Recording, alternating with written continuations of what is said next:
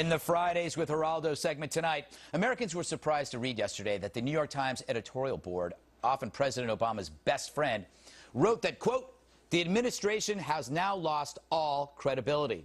Well, when you lose that paper, you know times are tough. However, hours later, the Times softened its stance and changed the line to, the administration has now lost all credibility on this issue. Speaking specifically about the NSA spying controversy. So why did the Times change its tune? Joining us now is Fox News anchor Geraldo Rivera. Geraldo, my theory is Valerie Jarrett emerged from her secret underwater lair and paid the Times a visit. It could be. I mean, you know, Greg, the way these conspiracies operate, it could very well be. My first thought was the Times was angry at President Obama because the story was leaked to the Washington Post, and that's why they got their nose in a twist there.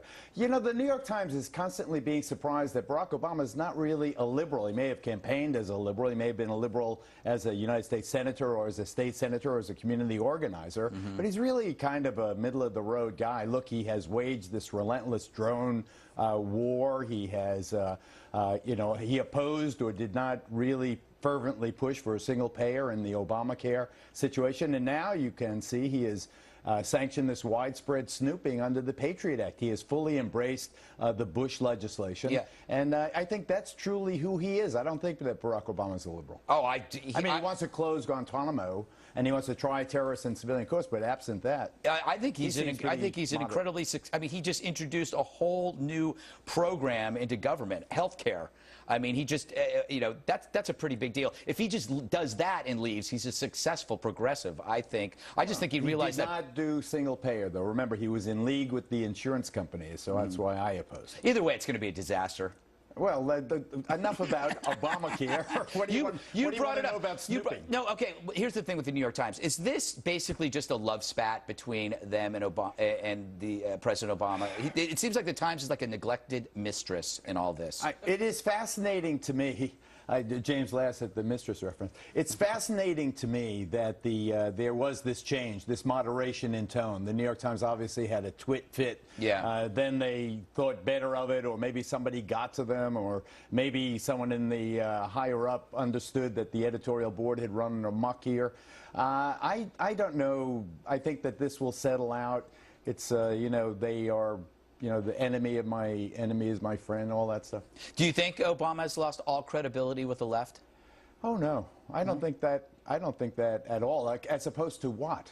Yeah, what do they have? You know, who are you going to embrace? Who would they embrace? John Boehner? I mean, it's. I think that President Obama will be the Democrat darling of the liberal. This is a particularly, you know, conflicted situation because you have Republicans and Democrats on both sides of the issue. Right. You have liberals and conservatives on both sides of the issue. Dianne Feinstein defending, you know, this snooping. You know, to me, the biggest story, and I think a lot of people have buried the lead here, isn't either the PRISM program where they're snooping on the internet or the massive Verizon subpoena. It is that in the midst of Eric Holder being embattled for trying to close leaks, trying to close the leak against the Associated Press exposed, trying to, you know, get James Rosen and Fox News and close that leak exposed. So guess what? Even as he's vigorously trying to plug the holes in the dock, guess what? Somebody in the NSA massively leaks far bigger stories than either of the stories that were the subject of the intensive Department of Justice investigations that led to the AP scandal, or the James Rosen Fox News scandal. So here somebody has dumped two very, very important super secret programs right out there. Who'd they give it to? They gave it to that crazy bloggy guy on the Guardian, right, Glenn? So he got it. So it had to be, you know, that's kind of the crowd, the Bradley Manning, WikiLeaks, hard left crowd. And the other story went to the Washington Post, of course. But also the mainstream media has missed so many big stories, as is. I mean, the IRS story. Come on, that broke because of an errant email. You know? The IRS story is far more upsetting to me. Yeah. Why?